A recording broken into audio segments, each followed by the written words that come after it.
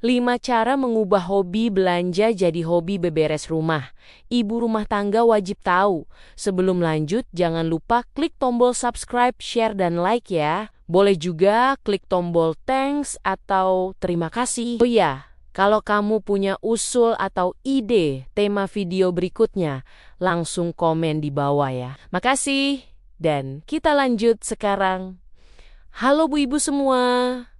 Aku mau nanya jujur ya, pernah nggak niatnya cuma buka handphone sebentar, katanya cuma lihat-lihat, tahu-tahu jempol kita lincah banget sampai tombol checkout kepencet sendiri. Lucunya bukan di situ. Yang lucu itu pas barang datang kita seneng banget, tapi 3 hari kemudian kita bengong di depan lemari sambil bilang pelan-pelan, ini barang taruh di mana ya? Rumah makin penuh, hati ikut sumpek, dan ujung-ujungnya yang capek ya kita lagi. Aku paham banget Bu, karena aku juga ibu rumah tangga yang kadang pengen dimengerti tanpa harus ngomel. Dari pagi sampai malam kerja tapi nggak ada slip gaji, nggak ada bonus tahunan. Jadi pas ada diskon rasanya kayak hari kita lagi baik hati. Belanja jadi hiburan, jadi sebuah pelarian emosi, jadi cara bilang ke diri sendiri, nggak apa-apa, aku pantas bahagia. Tapi masalahnya, bahagia versi belanja itu cepat banget habisnya. Yang tertinggal cuma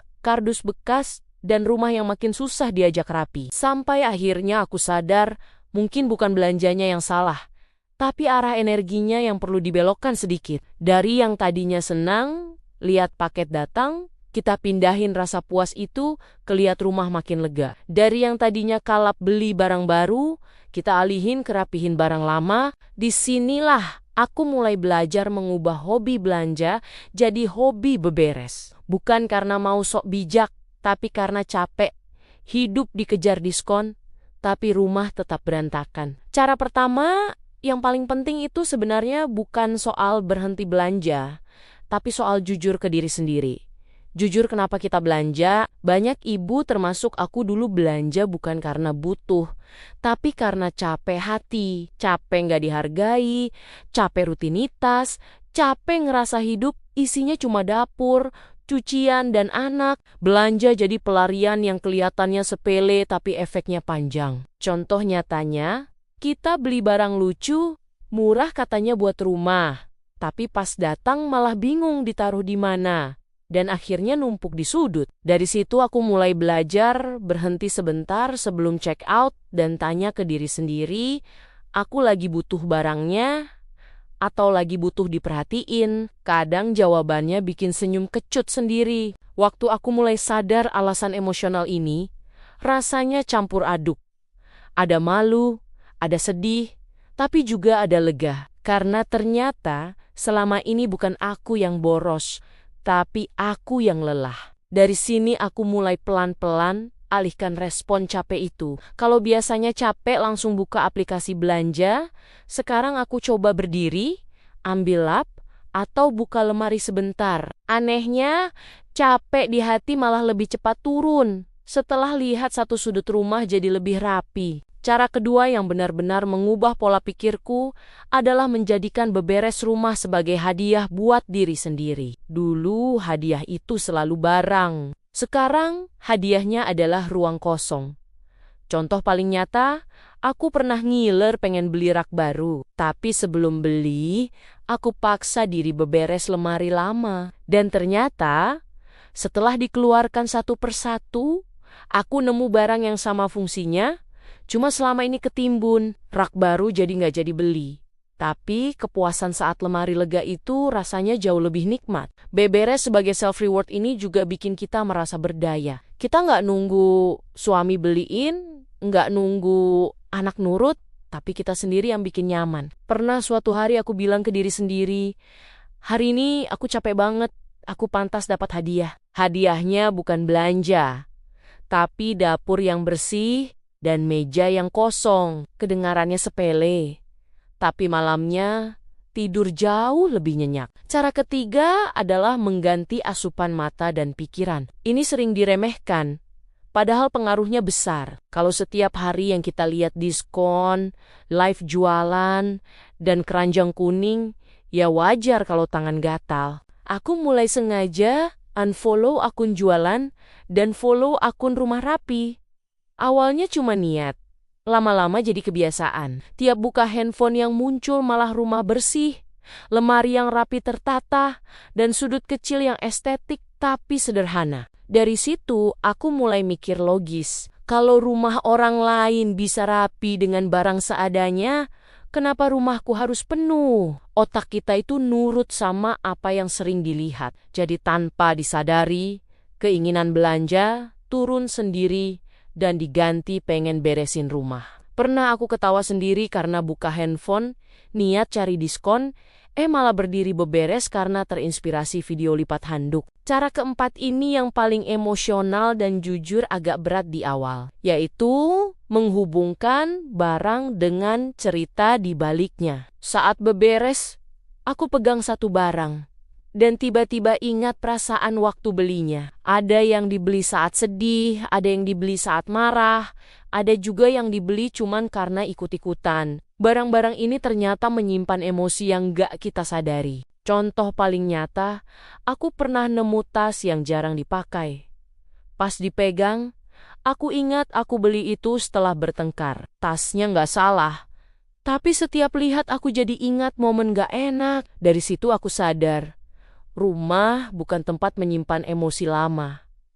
Melepaskan barang itu, rasanya kayak ikut melepaskan beban, ada haru, ada lega, dan ada rasa dewasa. Saat mulai berani menyumbangkan atau merelakan barang, aku justru merasa lebih kaya.